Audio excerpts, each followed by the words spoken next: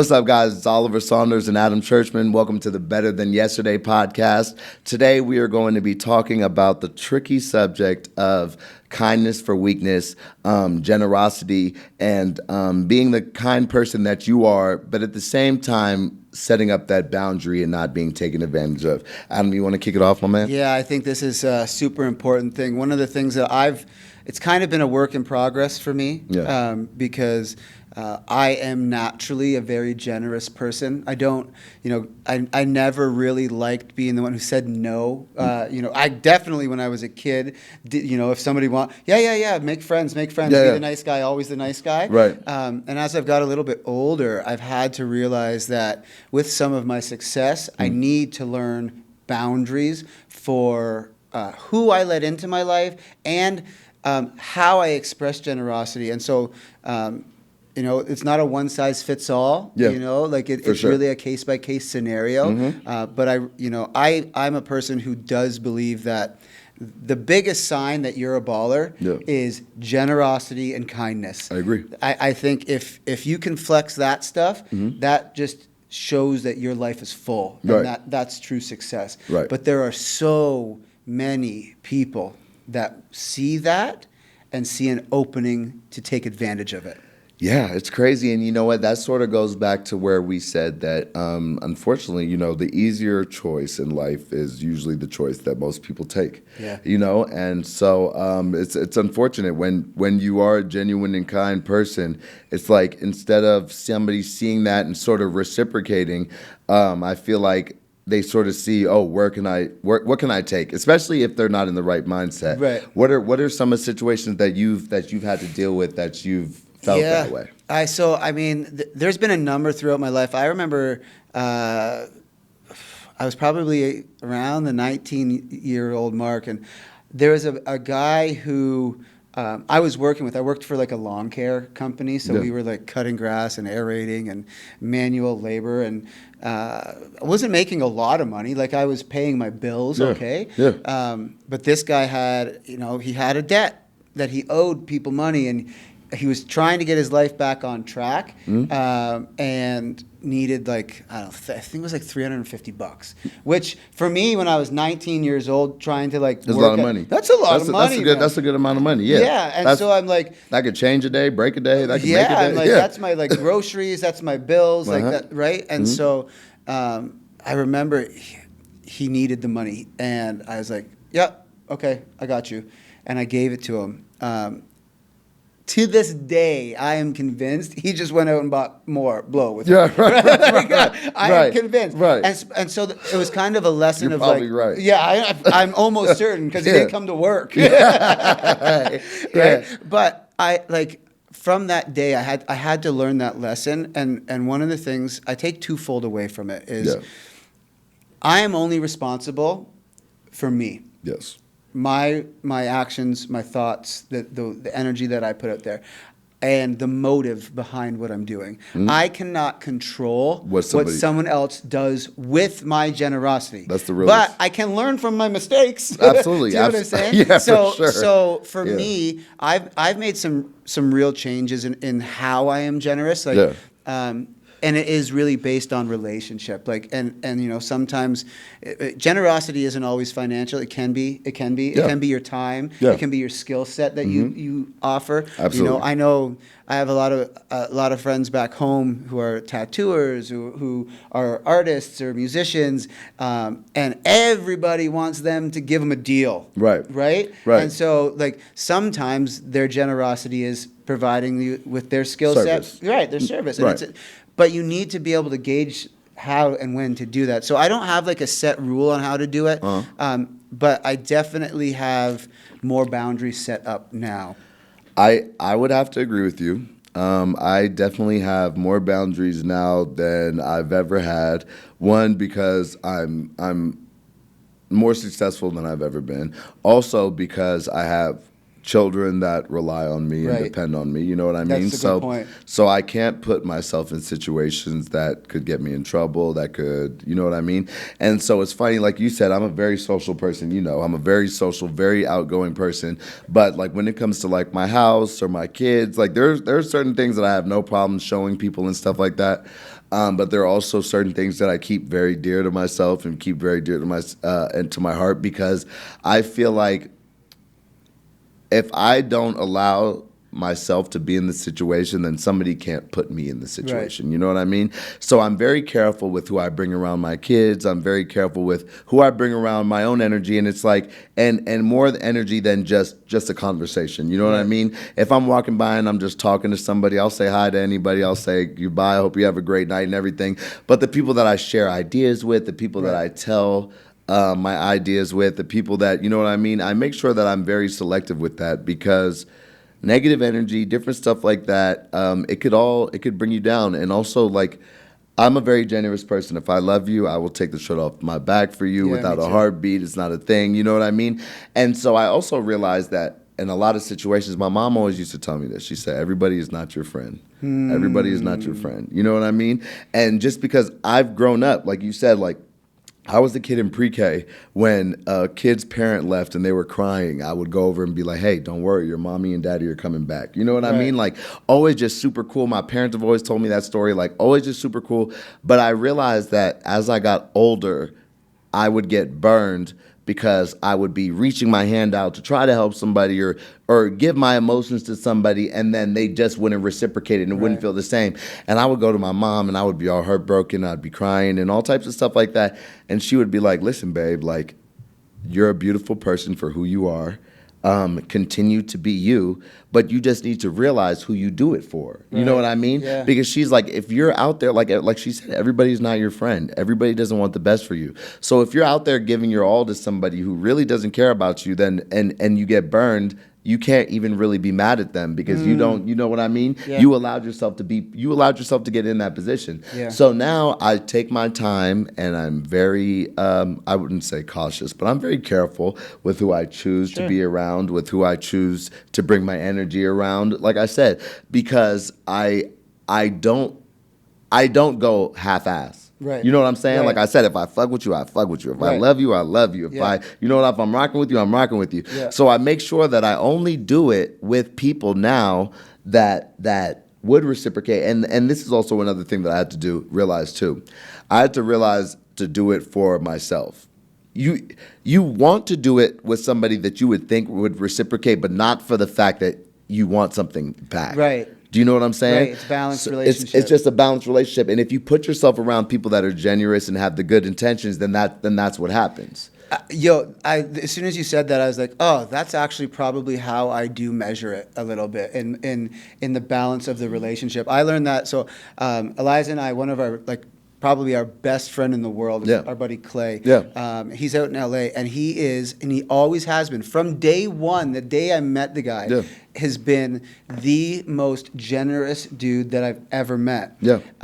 And though, because I know him and I know his circumstances, it's easy for people to come out of the woodworks with him, right? And so really important for Eliza and I, because we're building a real friendship, is it's a balance. Yeah. Like, okay, you got drinks tonight, I got dinner tomorrow. You got and it's about that give and take. And so I think you probably, that's probably how I measure it. Like, I'd probably say that I start off being generous naturally to probably almost everybody, and then I watch to see how it's and not because I'm keeping score. It's not a keeping score, but it's like, is this a real relationship, right? Or am I just providing you with shit all the time? Or is it just a beneficial? And and so, like, I've even came across where since I've started doing better and everything like that, I've had friends or family members reach out to me for certain things and to help them.